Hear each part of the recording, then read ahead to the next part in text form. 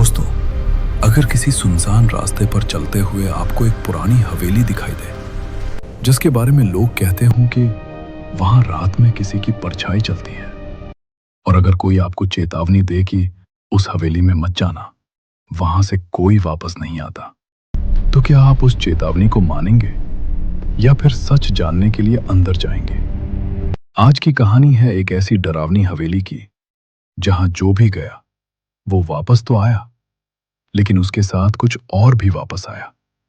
ये कहानी है राहुल और उसके 3 दोस्तों की, अमन, विकास और सोनू। चारों कॉलेज के दोस्त थे और एक दिन उन्होंने रोड ट्रिप पर जाने का प्लान बनाया। रात होते होते वे लोग एक छोटे से पुराने गांव के पास पहुंच गए। सड़क के किनारे उन्हें एक बहुत बड़ी और पुरानी हवेली दिखाई दी। हवेली इतनी पुरानी थी कि उसकी दीवारों पर दरारें पड़ चुकी थी और खिड़कियां टूटी हुई थी। सोनू ने कहा, भाई, ये जगह तो किसी हॉरर फिल्म जैसी लग रही है। अमन हंसते हुए बोला, चलो आज यहीं एडवेंचर करते हैं। तभी पास से गुजर रहे एक बूढ़े आदमी ने उनकी बात सुन ली। वो तुरंत उनके पास आया और बोला, बेटा, उस हवेली के पास भी मत जाना। राहुल ने पूछा, क्यों बाबा, वहां क्या है? बूढ़े आदमी ने डरते हुए हवेली की तरफ देखा और बोला, 50 साल पहले उस हवेली में एक बहुत अमीर परिवार रहता था। एक रात अचानक पूरे परिवार की रहस्यमयी मौत हो गई। किसी को नहीं पता कि उस रात क्या हुआ था, लेकिन उसके बाद से रात में हवेली के अंदर अजीब आवाजें सुनाई देती हैं। कभी कदमों की आवाज, कभी किसी के रोने की और कभी हंसने की। लेकिन राहुल और उसके दोस्तों को यह बस डराने वाली कहानी लगी। राहुल बोला, चलो देखते हैं आखिर सच क्या है। रात के 12 बजे चारों दोस्त टॉर्च लेकर हवेली के अंदर चले गए।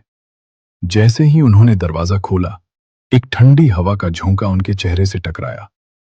अंदर चारों तरफ गहरा सन्नाटा था। फर्श पर धूल जमी हुई थी और हर कोने में मकड़ी के जाले लगे थे। अचानक ऊपर की मंजिल से कदमों की आवाज आई, टप टप टप। सोनू डरते हुए बोला, क्या ऊपर कोई है? राहुल ने टॉर्च ऊपर घुमाई, लेकिन वहां कोई नहीं था। तभी अचानक पीछे का दरवाजा धड़ाम जोर से बंद हो गया। चारों दोस्त डर गए। विकास बोला, भाई, ये हवा से हुआ होगा। लेकिन तभी हवेली के अंदर एक अजीब सी हंसी गूंजने लगी। अब चारों दोस्त सच में डर गए। अचानक सोनू की टॉर्च बंद हो गई। अंधेरे में उसे लगा कि कोई उसके पीछे खड़ा है। वो धीरे धीरे पीछे मुड़ा, लेकिन वहां कोई नहीं था। तभी दीवार पर लगी एक पुरानी तस्वीर अपने आप गिर गई। कांच टूटने की आवाज पूरे हॉल में गूंज गई। अब चारों दोस्तों को लगने लगा कि शायद गांव वालों की बात सच थी। राहुल ने कहा, चलो ऊपर जाकर देखते हैं। चारों धीरे धीरे सीढ़ियां चढ़ने लगे। सीढ़ियां इतनी पुरानी थीं कि हर कदम पर चिर चिर की आवाज आ रही थी। जैसे ही वे ऊपर पहुंचे, उन्हें एक कमरे का दरवाजा थोड़ा खुला हुआ दिखाई दिया। अंदर से हल्की सी लाल रोशनी आ रही थी। अमन ने दरवाजा धीरे धीरे खोला और जो उन्होंने देखा, उसे देखकर उनके होश उड़ गए। कमरे के बीच में एक पुरानी कुर्सी हिल रही थी, जैसे कोई उस पर बैठा हो, लेकिन वहां कोई नहीं था। तभी अचानक कमरे के कोने में एक काली परछाई दिखाई दी। वो धीरे धीरे उनकी तरफ बढ़ने लगी। चारों दोस्त डर के मारे पीछे हटने लगे। टॉर्च की रोशनी जैसे ही उस पर पड़ी, उन्होंने देखा वो एक बूढ़ी औरत थी। उसकी आंखें पूरी तरह काली थीं। उसका चेहरा भयानक और सड़ा हुआ लग रहा था। वो धीरे धीरे बोली, तुम लोग यहां क्यों आए हो? चारों दोस्तों की आवाज ही नहीं निकल रही थी।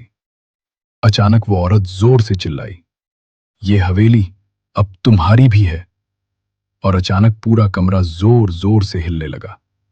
दरवाजे अपने आप बंद होने लगे। खिड़कियां धड़ाधड़ बजने लगी। चारों दोस्त डर के मारे भागने लगे। वे लोग सीढ़ियों से नीचे भागे, लेकिन नीचे पहुंचते ही उन्होंने देखा कि मुख्य दरवाजा गायब था। जहां दरवाजा था, वहां अब सिर्फ दीवार थी। अब चारों दोस्त पूरी तरह घबरा गए।